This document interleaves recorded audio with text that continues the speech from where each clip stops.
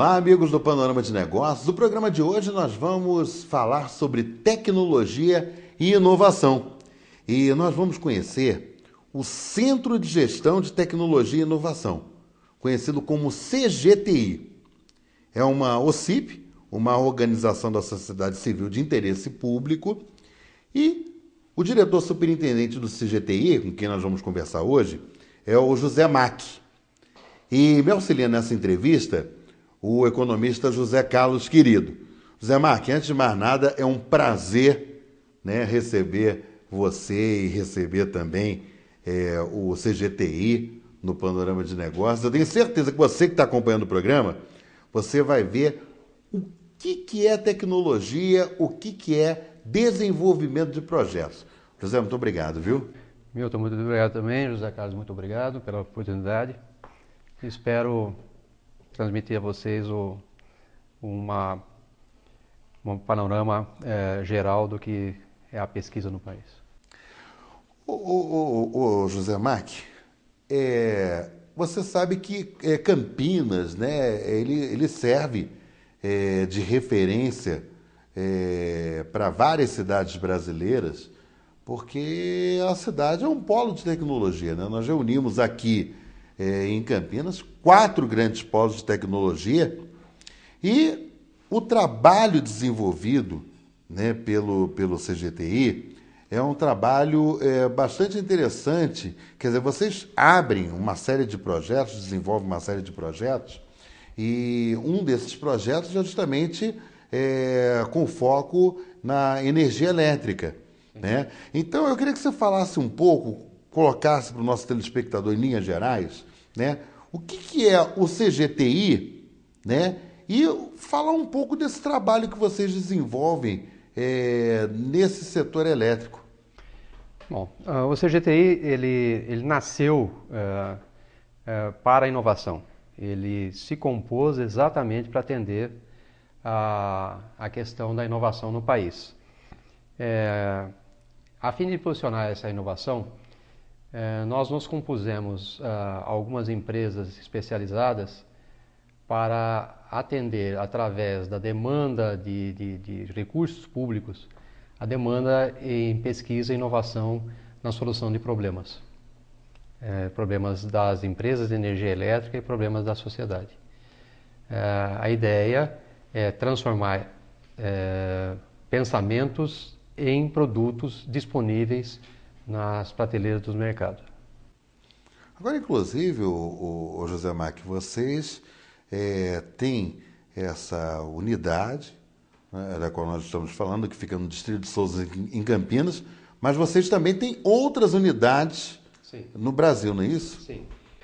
O advento da pesquisa e desenvolvimento e esses recursos, eles estão cotizados dentro do país para promover a pesquisa e desenvolvimento no Norte e Nordeste. Então, recursos substanciais são dedicados a empresas sediadas no Norte e Nordeste, e nós fizemos essa transferência tecnológica, inclusive de sede e de conhecimento para essas áreas, tanto no Norte quanto no Nordeste. No Norte nós estamos sediados em Recife, temos instalações e laboratórios modernos em Recife, e estamos sediados em Rondônia, na cidade de Porto Velho, no portal da Floresta Amazônica, né?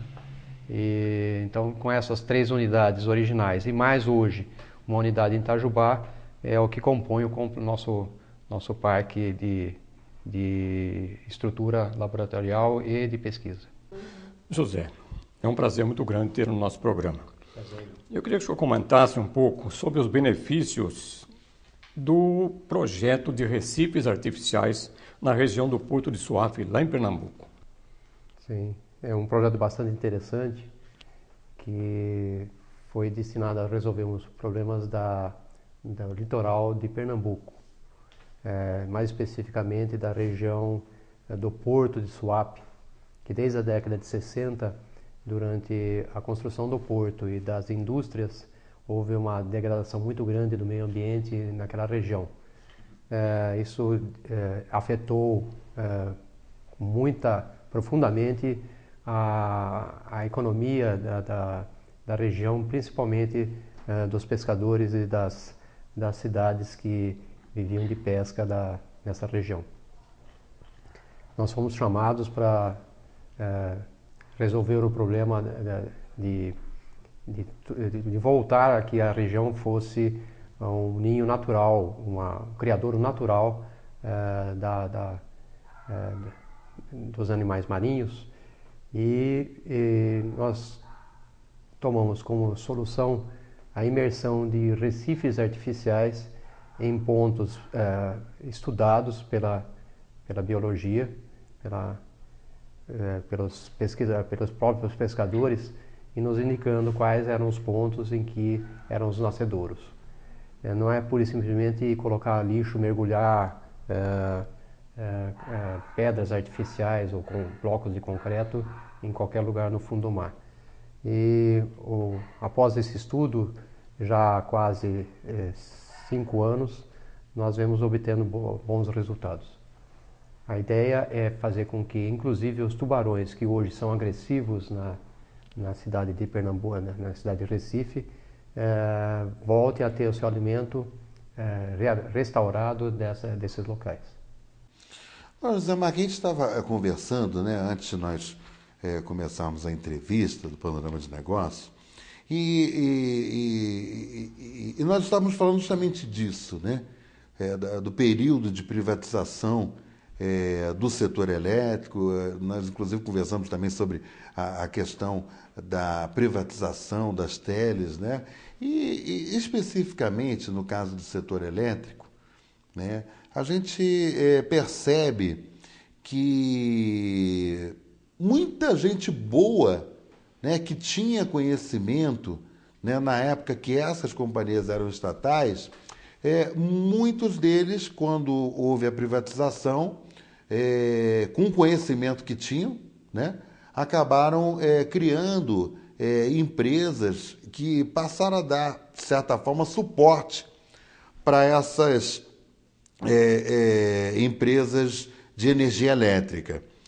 Mas um fato que me chama a atenção, né, é que vocês, como cabeça pensante, né, o CGTI, vocês desenvolveram alguns modelos, por exemplo, de transformadores, né, que inclusive são interessantes sob o ponto de vista de meio ambiente, sob o ponto de vista de tecnologia, sob o ponto de vista de sustentabilidade. E eu gostaria que você falasse sobre isso, para o nosso telespectador entender, né, o tipo de trabalho que vocês fazem e a assessoria que vocês prestam às empresas, né, que fazem e elaboram esses produtos com base em pesquisa e desenvolvimento desenvolvido por vocês. Perfeitamente, Milton. O que nós comercializamos, o que nós entregamos é uma invenção. Então, você tem um problema, a empresa tem um problema, o que nós procuramos e garimpamos é uma solução que acaba sendo uma invenção que possa ser patenteada e transformada em produto. Você citou o transformador verde, e que foi uma das necessidades da CPFL. Era uma necessidade do setor elétrico brasileiro, e que a engenharia nacional estava, digamos, numa saia justa. A concessionária não pedia algo novo dentro do transformador incorporado, porque isso demanda recurso para desenvolvimento, e a empresa não estava disposta a pagar por esse custo do desenvolvimento. E a indústria não estava disposta a fazer esse desenvolvimento, porque ela não poderia incorporar esse custo do desenvolvimento ao produto. Com o advento de leis que permitiam a utilização de recursos da tarifa de energia elétrica para se fazer pesquisa e desenvolvimento, um percentual da tarifa de energia elétrica que todo consumidor, que você consumidor paga, ela é direcionada para pesquisa e desenvolvimento da solução com os problemas de energia elétrica para minimizar custos e fazer com que mais consumidores tenham acesso à energia elétrica. No caso do transformador, era algo que as empresas concessionárias precisavam e que, com o advento desses recursos, nós desenvolvemos os materiais, pesquisamos os materiais existentes e montamos em um transformador diversas tecnologias. Entre elas, a substituição do petróleo, que é a matéria-prima fóssil, não renovável, como insumo desse transformador. Passamos a utilizar óleo a partir de biomassa, óleo a partir de soja, milho ou outras fontes, para substituir o óleo mineral. Então, esse, entre outras coisas, é o que a gente chama de transformador verde. Nós vamos para um rápido intervalo e nós vamos conversar. Nós estamos conversando com o José Mack. O José Mack é diretor superintendente do CGTI. O CGTI é o Centro de Gestão de Tecnologia e Inovação. E no próximo bloco você vai conhecer um pouquinho mais sobre esse trabalho. Inclusive, eu vou falar de alguns termos aqui, né, que depois o José Mack vai esclarecer para a gente, né? Que é nanotecnologia, biomassa ele falou agora. Vamos falar sobre redes inteligentes e geração distribuída. Tudo no próximo bloco do Panorama de Negócios. Até já.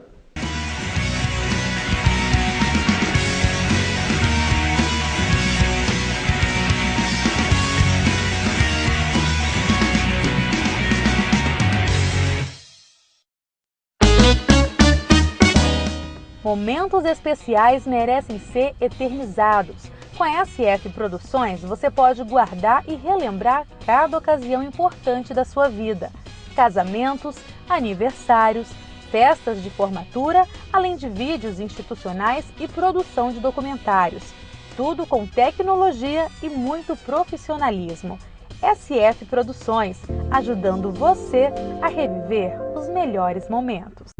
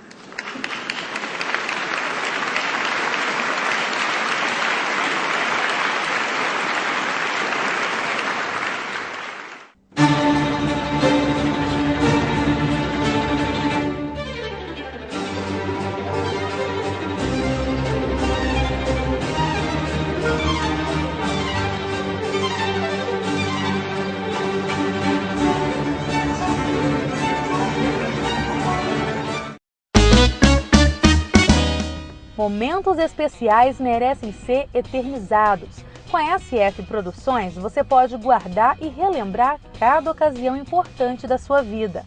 Casamentos, aniversários, festas de formatura, além de vídeos institucionais e produção de documentários. Tudo com tecnologia e muito profissionalismo.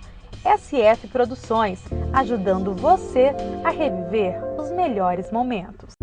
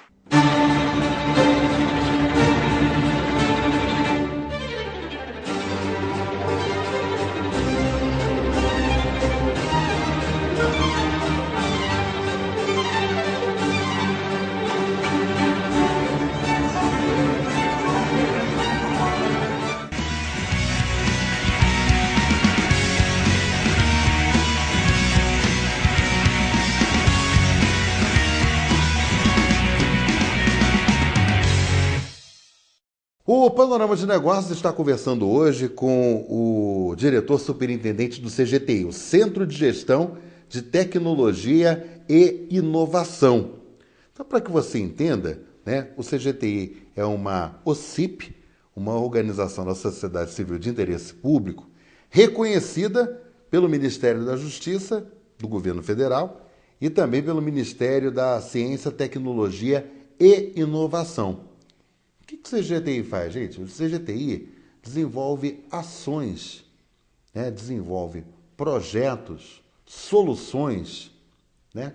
Para um problema identificado por uma empresa, por exemplo, do setor de energia elétrica, né? Então, o CGTI ele acaba atuando, né, nesse trâmite de meio governamental, com a questão de pesquisa e desenvolvimento, busca de soluções e, consequentemente, atua junto às empresas e junto às indústrias e tudo mais. E no bloco anterior, né, eu havia falado sobre nanotecnologia, ele falou sobre biomassa, né, redes inteligentes e geração distribuída. Mas você veja bem, o CGTI, ele atua em que áreas, né? Pesquisa e desenvolvimento, serviços de engenharia e análises laboratoriais e projetos sociais e educacionais desenvolvidos em algumas cidades da região. Ô José Marque, quando a gente fala, né, sobre nanotecnologia, muita gente já ouviu falar, mas não sabe exatamente o que é. Então eu gostaria que você falasse, né, sobre a nanotecnologia, as redes inteligentes e a geração distribuída. Vamos começar um pouco pela nanotecnologia. Tudo que você aprendeu sobre física e química, você pode jogar fora quando se diz respeito à nanotecnologia. Porque ela contraria todas as regras da física.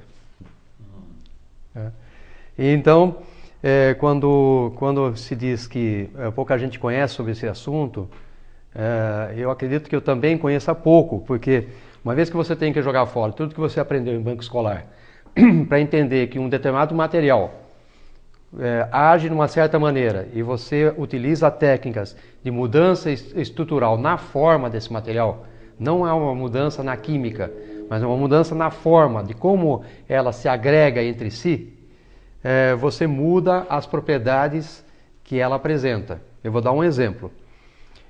Você tem, pela física natural, que quando algo é bom condutor de calor, ele é um bom condutor de eletricidade, e vice-versa. Você pode, pela nanotecnologia, pegar um material bom condutor de calor e torná-lo um mau condutor de eletricidade. Em física isso é impensável. Em nanotecnologia é o que nós fazemos. Tá? Você pega um material que tem uma determinada cor, que debaixo de uma determinada temperatura, ele muda de cor. Ok? Não pelo fato de ter se tornado incandescente, mas pequenas mudanças de temperatura de 5, 10 graus, você muda a cor desse material. Tá? Muito bem.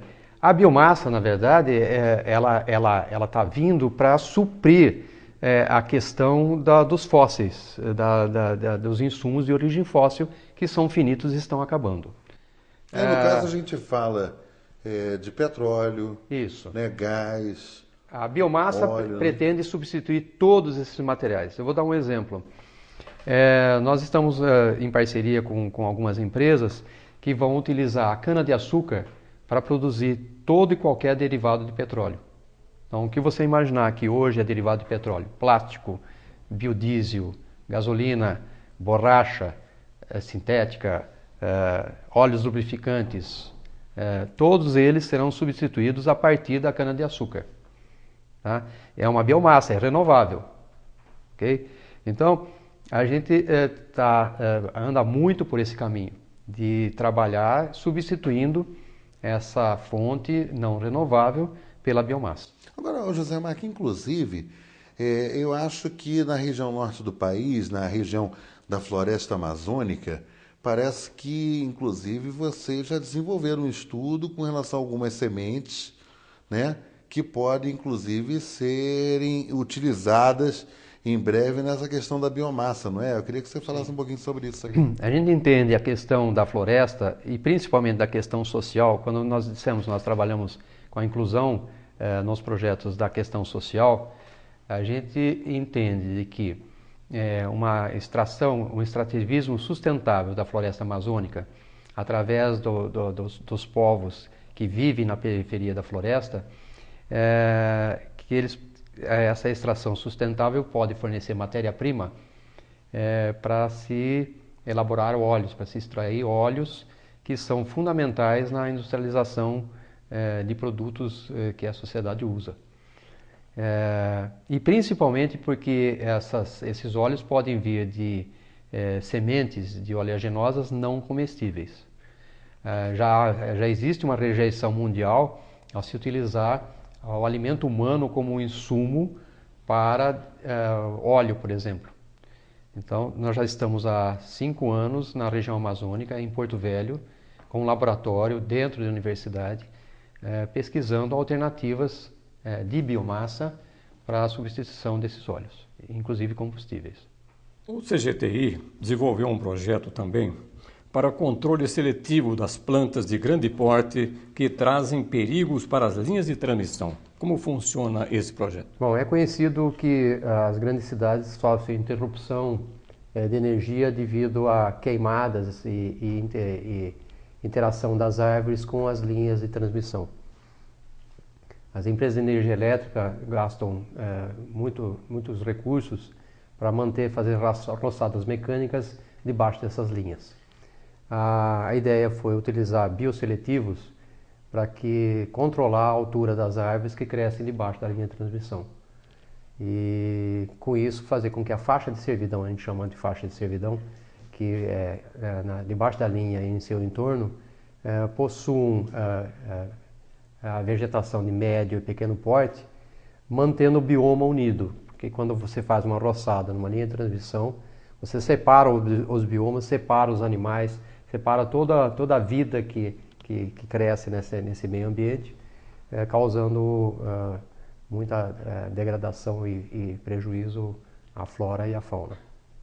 Agora, e sobre redes inteligentes, hein? Essa questão da geração distribuída, esclarece esses fatos aí para o nosso telespectador do Panorama de Negócios? A geração distribuída, o país, ela foi feita uma matriz onde você concentra grandes blocos de energia em determinados pontos, como por exemplo Itaipu, grandes hidrelétricas situadas a milhares de quilômetros do consumidor.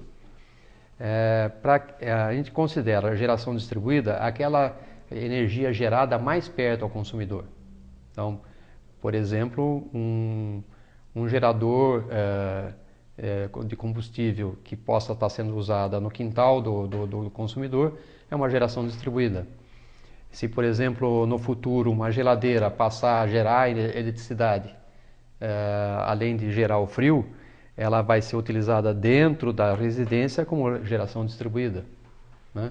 Então, tudo que aproxima a geração do consumidor, nós chamamos de geração distribuída. Isso aí é um exemplo, por exemplo, quando a gente fala em energia fotovoltaica, né, que são, por exemplo, aqueles equipamentos que são instalados para captar energia solar e gerar energia, né, e o que não é consumido, por exemplo, na geração do relógio, né, do consumo, por exemplo, da distribuidora de energia elétrica, essa energia ela volta para a distribuidora de energia elétrica e a pessoa tem um bônus, por exemplo. Tá. Eu tenho visto que muita gente, por exemplo, tem utilizado esse tipo de esquematização. Sim. Seria alguma coisa mais ou menos nesse sentido? A energia solar ela pode ser ou esse tipo de geração distribuída ou pode ser idêntica à geração centralizada. Um campo solar, por exemplo, no Nordeste, que tem muito sol, e essa energia mandada à distância, não será uma geração distribuída. Mas se essas placas fotovoltaicas estiverem no telhado de uma unidade residencial, da sua casa, por exemplo, ela vai ser uma energia distribuída, do qual você vai usufruir dessa energia que o sol, essas células transformam a luz solar em eletricidade. Essa luz solar vai ser acumulada em uma bateria para ser consumida em dias que não tem sol ou à noite. E o excedente, se você tiver tantas placas que você produza mais energia do que você consome, essa energia vai poder ser vendida para a empresa de eletricidade que te fornece a eletricidade. Tá? Então, hoje a legislação já permite fazer isso. Bom, nós estamos encerrando mais uma edição do Panorama de Negócios e eu espero que você, né, que acompanhou o nosso programa, teve a oportunidade, obviamente, de entender um pouco mais, né, como é que funciona esse trabalho maravilhoso de pesquisa e desenvolvimento que é desenvolvido pelo CGTI, o Centro de Gestão de Tecnologia e Inovação. Eu queria agradecer bastante ao José Mac, que é o diretor superintendente do CGTI. Inclusive, o José Mac, você também é presidente da BIM, Pesquisa e Desenvolvimento, que foi a primeira empresa privada brasileira de pesquisa e desenvolvimento, não é verdade? Sim, é verdade. Isso nos idos 97. Nós fomos a primeira empresa de pesquisa e desenvolvimento privada a ser reconhecida pela Agência Nacional de Energia Elétrica, pela ANEEL. Isso foi em 1997, na época que nós saímos da empresa de energia elétrica e montamos a primeira empresa privada. Bom, eu gostaria muito de agradecer a sua participação, viu, José Mac? Foi um prazer tê-lo conosco aqui no Panorama de Negócios. Agradeço também ao meu amigo José Carlos Querido, né, que me acompanhou em mais esse programa. E no próximo programa nós teremos mais um convidado especial. Você quer assistir esse programa? Acesse o site www.panoramadenegócios.com.br. Um abraço, até o próximo programa.